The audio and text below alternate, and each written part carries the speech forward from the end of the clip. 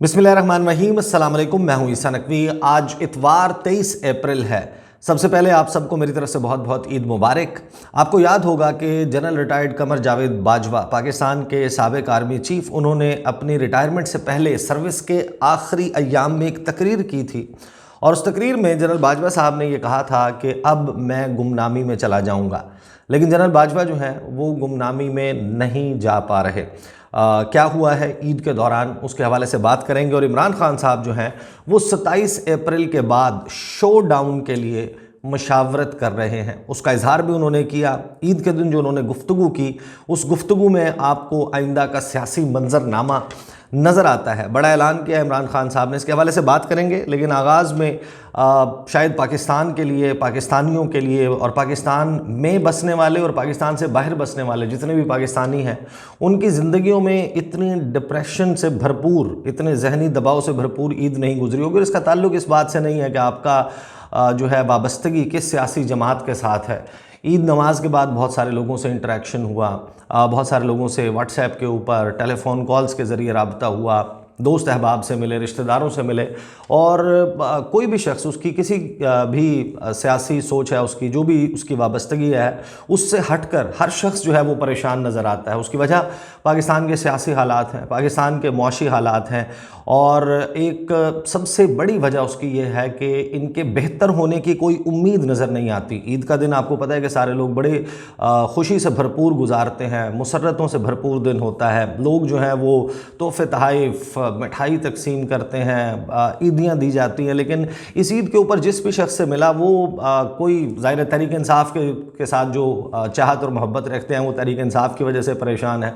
जो मुस्लिम लीग नवाज़ से या PDM में शामिल जमातों से कोई वाबस्तगी रखते हैं, वो इस वजह से परेशान हैं कि ये वो जमातें हैं जिनके लिए हम बड़ा कैंपेन कर रहे थे और इक़्तिदार में आने के बाद ये सब कुछ जिस तरीके से परफॉर्म कर रहे हैं, जो मईशत की बुरी हालत है। और फिर आपको पता है कि एक हमारे यहाँ 2 से 3% की वो अशराफिया है, वो तबका है जिसको अल्लाह ने बहुत ज़्यादा दिया, बहुत नवाजा है और उसके पास दौलत का अंबार ढेर मौजूद है और उनको कोई फ़र्क नहीं पड़ता कि किसी वक्त मुल्क में किस किस्म के मुआशी हालात हों। लेकिन ये जो तूल पकड़ता जा रहा है इसका दौरानिया, उसकी वजह से अब वो लोग इस बात पर परेशान नज़र आते हैं कि उनकी दौलत पड़े पड़े जो है वो आधी से भी कम रह गई है। जिस किस्म की इन्फ्लेशन है पाकिस्तान में, जिस किस्म की कसाद बाजारी आपको नज़र आती है, उसकी वजह से वो लोग भी परेशान हैं। ईद के दौरान जो है वो अमूमन आपको पता है कि जितने भी सियासतदान हैं वो अपने अपने हलकों में जाते हैं, अपने आबाई इलाकों में मौजूद होते हैं। वहाँ पर वो जो है वो ईद के हवाले से मुख्तलिफ जो है वो बैठकें करते हैं, उनकी औताक किसी की बैठक खुली होती है, वहाँ पर लोगों से ईद मिलने का सिलसिला जारी होता है। और वही इसी किस्म की फेस्टिविटी आपको नज़र आती है। मुख्तलिफ सियासतदानों ने इस दफ़ा ट्विटर के ऊपर और अपने सोशल मीडिया के ज़रिए लोगों को जो है वो ईद मुबारक के पैगामात भी भेजे। इमरान खान साहब जो हैं वो आपको पता है कि वो लाहौर में मौजूद हैं, ज़मान पार्क में इमरान खान साहब जो हैं उन्होंने एक डिफरेंट काम किया इस मरतबा। और उनकी ज़िंदगी में ये पहली ईद थी कि इस किस्म का जो है वो माहौल बना और एक तकरीब का एहतमाम किया गया और इमरान खान साहब ने उससे ख़िताब किया। कुछ लगभग 2 घंटे की तकरीब जो है वो लाइव उनके जो ऑफिशियल PTI का यूट्यूब चैनल है वहाँ से उसको दिखाया गया, उनके दीगर सोशल मीडिया प्लेटफॉर्म से दिखाया गया। उसमें आपने देखा होगा, शायद कुछ लोगों की नज़र से गुजरा हो कि इमरान खान साहब जो है उन्होंने थोड़ा सा लेट ज्वाइन किया था। लोगों की, ख़वातीन की, बच्चों की, बूढ़ों की, नौजवानों की बड़ी तादाद मौजूद थी और वहाँ पर माहौल आपको नज़र आ रहा था कि बड़ी सियासी किस्म की ईद थी। वहाँ पर गाने भी गाए गए, मिली नग़मे भी गाए गए और जिस तरीके से तहरीक इंसाफ के जलसे होते हैं भी एक किस्म का जलसा था। और इमरान खान साहब जो है वो इस जलसे से वीडियो लिंक के ज़रिए अपनी रहाइश गाह से जो है वो ख़िताब कर रहे थे। इमरान खान साहब ने जो वहाँ पर गुफ्तगू की है, उस गुफ्तगू में एक तो बात वो हो गई कि जनरल बाजवा जो हैं वो ये कहते थे कि मैं गुमनामी में चला जाऊँगा। तो इमरान खान साहब जो हैं वो, उनका कोई इरादा नहीं है कि वो जनरल कमर जावेद बाजवा को गुमनामी में जाने दें। उनके हवाले से जो गुफ्तगू की, वो गुफ्तगू भी आपको बताता हूँ। और 27 अप्रैल के बाद जो शो डाउन की तैयारी इमरान खान साहब करते हुए नज़र आते हैं। आज़म सवाती साहब ने एक सवाल किया और उस सवाल के जवाब में इमरान खान साहब ने जो कहा वो उसका भी तज़किरा करते हैं। इमरान खान साहब ने क्या कहा?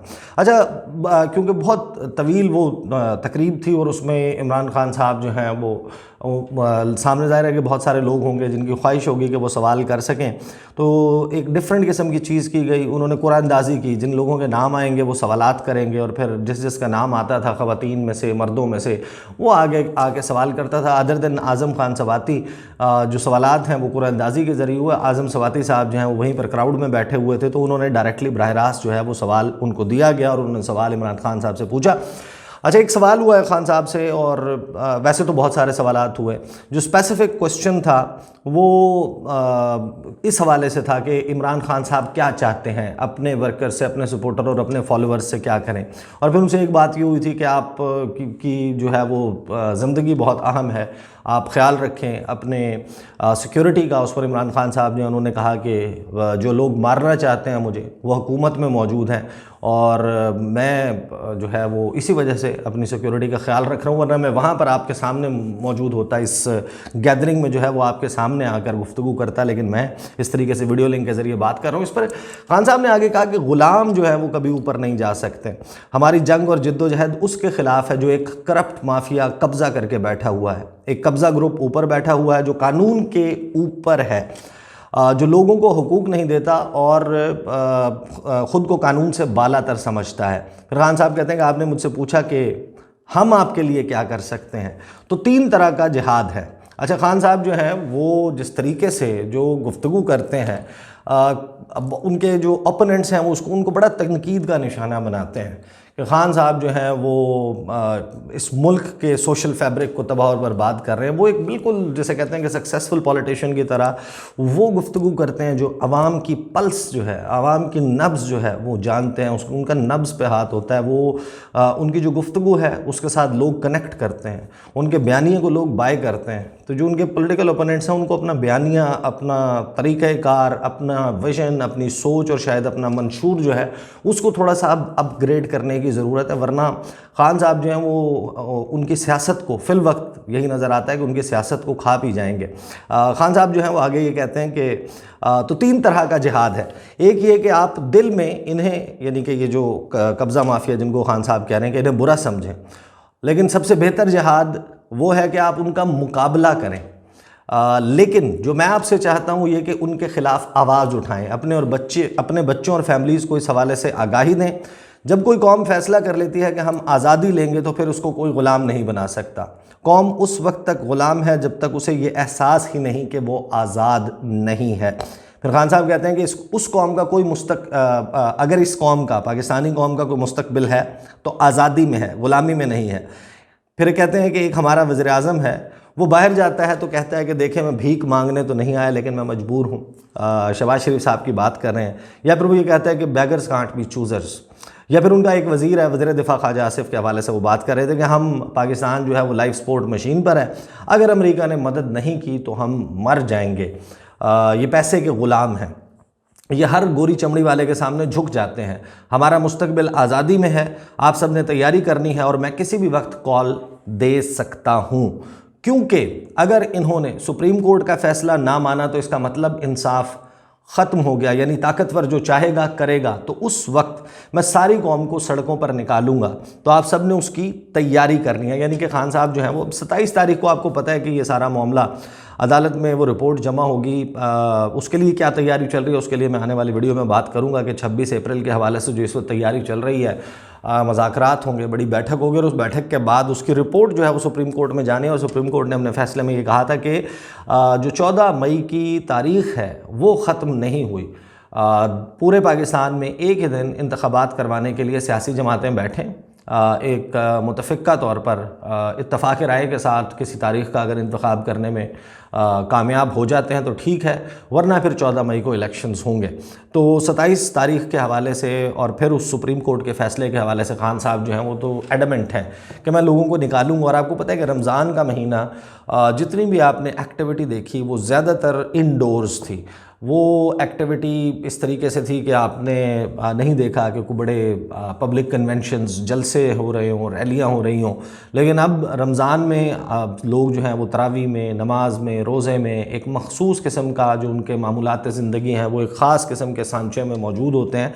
और रमज़ान का फ़ेज़ ओवर हो गया, अब ईद के बाद दोबारा सियासी गर्मा गर्मी का आगाज़ होगा और ये वो वक्त है जिस वक्त खान साहब ये इशारा दे रहे हैं कि वो लोगों को बाहर निकालेंगे, सड़कों पर निकालेंगे। अच्छा, आज़म खान सवाती साहब जो हैं उन्होंने सवाल किया कि पाकिस्तान तहरीक इंसाफ जो है, उन्होंने कहा कि हमारी मौजूदगी में ईवीएम जो इलेक्ट्रॉनिक वोटिंग मशीन्स हैं वो नहीं होने दी, पाकिस्तानियों को जो ओवरसीज़ पाकिस्तानीज़ हैं उनको वोट का हक़ नहीं दिया गया।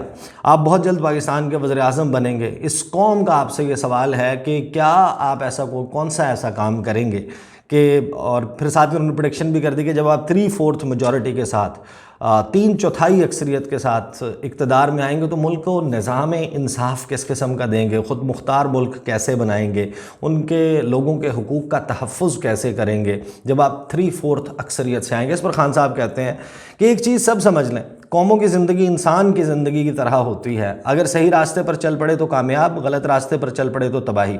कौम सिर्फ वही खुशहाल होती है जहाँ इंसाफ होता है। गरीब कौमों में जंगल का कानून मिलेगा और अमीर कौमों में अदल और इंसाफ होगा। मैं 3.5 साल इक़्तिदार में रहा लेकिन ये नहीं कर सका। खान साहब ने एतराफ़ किया कि ये जो निज़ाम अदल है इसको कायम करना, कानून और इंसाफ कायम करना, इसमें वो नाकाम हो गए। खान साहब ये कहते हैं कि मैं ये नहीं कर सका क्योंकि ताकत जनरल रिटायर्ड कमर जावेद बाजवा के पास थी।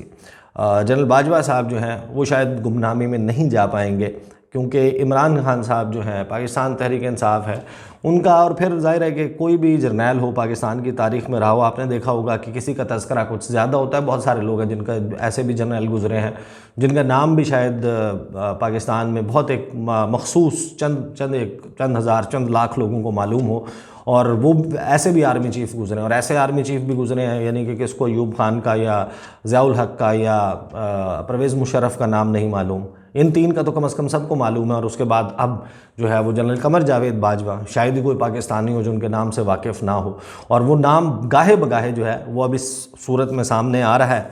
तो और ज़ाहिर है कि जनरल बाजवा जो हैं वो साल 2023 तक, 23 और 24 की नवंबर की 29 तारीख़ तक जब वो रिटायर हुए थे, उनके 2 साल पूरे नहीं होते, उस वक्त तक वो खुद पब्लिक डोमेन में आकर गुफ्तगू भी नहीं कर सकते, अपना दिफा भी नहीं कर सकते। तो ये तो कम से कम 2 साल तो इसी तरीके से ये एक तरफा चलेगा ये सब कुछ। बाद में जनरल बाजवा अगर इंटरव्यूज़ दें लोगों को, प्रेस कॉन्फ्रेंसेस करें, ये उनकी चॉइस है, वो ये कर सकते हैं, लेकिन फ़िल वक्त ऐसा ही है।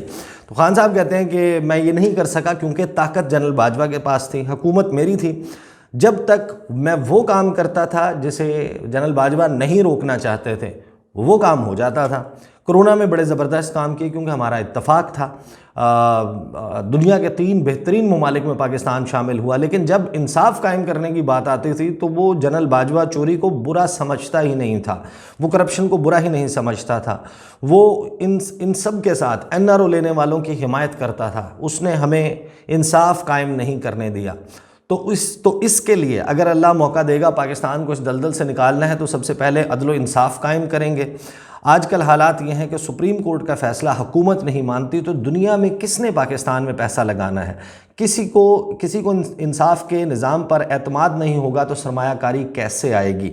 ये करप्ट और नाइंसाफ़ी का निज़ाम रुकावट बना हुआ है। जब तक एक ताकतवर हुकूमत नहीं आती वो इस निज़ाम को ठीक नहीं कर सकती क्योंकि माफियाज आपको ये नहीं करने देते। सबसे बड़ी कोशिश इंसाफ का निज़ाम ठीक करने और बैरून मुल्क पाकिस्तानियों को सरमायाकारी के लिए राग़िब करने की होगी। अच्छा, ये 2 बातें, इसके ऊपर मैं थोड़ा सा आपको अपना जो है वो राय इस पर दे देता हूँ।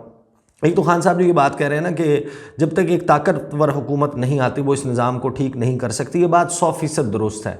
जिस वक्त तक एक ऐसी हुकूमत कायम नहीं होती इस मुल्क में जिसके पास इस मुल्क में 90%, 80-90% से ज़ायद हिमायत जो है जो इंजॉय ना करता हो, चलें 80-90 शायद बहुत ज़्यादा हो, कम अज़ कम जो है वो 75% लोग जो हैं उसके पीछे खड़े हों, उनकी जो उस मुल्क उस हुकूमत है उसके पास उस अथॉरिटी को एक्सरसाइज करने के लिए मैंडेट मौजूद हो, लोग उनके साथ खड़े होने के लिए तैयार हों, और वो प्रोसेस कि जब कोई शख्स हुकूमत में आ जाता है, जब हुकूमत कायम हो जाती है, तो आपको पता है कि हुकूमतें पॉपुलर नहीं होती, उनका ग्राफ डाउन हो जाता है, क्योंकि हालात तो एकदम तब्दील नहीं होते। जब तक लोग पीछे नहीं खड़े होंगे और अपनी चौकीदारी में इस सारे प्रोसेस से इस मुल्क को नहीं गुजारेंगे, इन स्टेप्स से नहीं गुजरेंगे, तो कोई भी हुकूमत जो है वो पाकिस्तान में निज़ाम को तब्दील नहीं कर सकती। ये इसी तरीके से चलता रहेगा जब तक लोग अपनी आंखों के सामने, अपने गार्ड के नीचे, अपनी चौकीदारी में ये सब कुछ इस प्रोसेस के दौरान उस हुकूमत के साथ नहीं खड़े रहते, तो ऐसा होना मुमकिन नहीं है। ये बात 100% दुरुस्त है। दूसरी बात जो खान साहब ये कहते हैं, अच्छा, और ये बात खान साहब के मुतल्लिक नहीं है, सिर्फ कोई भी जमात हो, अगर उसके पास उसकी ये वाकई विल है, चाहे वो मुस्लिम लीग नवाज़ हो, चाहे पीपल्स पार्टी, उनका एजेंडा आपको तो नज़र आता है कि वो अपनी मुस्तकबिल, अपनी नस्लों का मुस्तकबिल, उनके नस्लों का सियासी मुस्तकबिल, हमारे यहाँ गद्दियाँ चल रही हैं ना, सियासी गद्दी, पंजाब की, लड़काना की, लाहौर, तख्ते लाहौर की लड़ाई मुस्लिम लीग नून वहाँ पर करेगी, बांटा हुआ अब इन्होंने, कराची MQM को दे दो, फ़लाँ को बलूचिस्तान दे दो, पीपल्स पार्टी को जो है वो सिंध जो है वो पीपल्स पार्टी का है, नून जो है वो रखेगी पंजाब, ANP में हम जो है वो ANP कह रहा हूँ, ANP को और JUI को जो है वो देंगे। हालांकि ANP कितना एग्जिस्ट करती है इस वक्त आपके सामने, उनको आप खैबर पख्तूनख्वा देंगे, तो ये तो उससे चल रहे हैं। लेकिन अगर इन्होंने भी कोई तब्दीली लानी है ना, तो अगर इनके पास अवाम की हिमायत नहीं है, सपोर्ट नहीं, आज आपको नज़र नहीं आता ये लोग परफॉर्म नहीं कर पा रहे, उसकी वजह यह है कि लोग इनके पीछे नहीं खड़े, इनके पास हकीकी मैंडेट मौजूद नहीं है कि अथॉरिटी के साथ, धड़ल्ले के साथ अपने डिसीजंस को इम्प्लीमेंट करें। पता हो कि ये हम फैसला ले रहे हैं, आवाम इसको कबूल करेगी। ये पॉपुलर लीडर्स का काम है, जिनके पास हिमायत ना हो, अवामी हिमायत ना हो, वो ये नहीं कर सकते। दूसरी बात, बैरून मुल्क पाकिस्तानियों को सरमायाकारी के लिए राग़िब करना 100% बात दुरुस्त है। एक हुकूमत अगर बैठकर रोज़ाना डिफ़ॉल्ट का राग लापेगी, जिस तरीके से ये सुबह दोपहर शाम जैसे डॉक्टर ने किसी नुस्खे में लिख के दिया हो कि ये काम करें, रोज़ाना ये ख़ुद डिफ़ॉल्ट की बातें करते हैं, पाकिस्तान की इकॉनमी के हवाले से गुमराह कुन प्रोपेगेंडा करते हैं, जिस तरह की खबरें चलाते हैं इलेक्शन से बचने के लिए। 21 अरब रुपए नहीं है, कौन सा मुल्क है, कौन सा सरमायाकार है भाई? यहाँ पर ऐसे लोग मौजूद हैं जिनके पास 21 अरब की बात कर रहे हैं, एक ऐसा सरमायाकार है जिसके पास अरबों डॉलर्स मौजूद हैं, वो सामने हो ना हो, पाकिस्तान से बाहर है, पाकिस्तान के अंदर है, ऐसे लोग हैं जिनके पास अरब हा रुपए है, खरबों रुपए मौजूद है, और वो हुकूमत के साथ क्या बिजनेस करेंगे जब ये हुकूमत कहती है हमारे पास तो 21 अरब रुपए नहीं है। ये आपको क्या सिक्योरिटी देंगे? जो ये बताते होंगे हमारे पास इलेक्शंस करवाने के लिए सिक्योरिटी मौजूद नहीं है, हमारे पास तो सिर्फ 80,000 की फ़ोर्स मौजूद है और 6 फेजेज़ में सिर्फ पंजाब में इलेक्शन होगा। तो किसी कारोबारी शख्स को, किसी सरमायाकार को क्या पड़ा कि वो पाकिस्तान में पैसा लगाएगा जब हुकूमत ये कह रही हो कि हमारे पास हिफाजत करने के लिए फोर्सेस मौजूद नहीं है। तो ये एक मैन मेड क्राइसिस है जो क्रिएट किया गया और इमरान खान साहब उसको अपने तौर पर एड्रेस कर रहे हैं। हुकूमत की कितनी सीरियसनेस है वो आपके सामने ये है जनाब। डिटेल्स अगली वीडियो जो है उसमें हम आपके सामने जो है वो कोशिश करूँगा मैं आपके सामने वो मंजरनामा रखूँ, क्योंकि 72 घंटे के बाद, तकरीबन 72 घंटे के बाद इस्लामाबाद में एक बड़ी बैठक होने जा रही है और उस बैठक से पहले जिस किस्म की मनफी खबरें पाकिस्तान तहरीक इंसाफ के एंड से और हुकूमत के एंड से आ रही हैं वो आपके सामने रखूँगा। अब तक के लिए इतना ही, मुझे इजाज़त दीजिए। अल्लाह हाफ़िज़।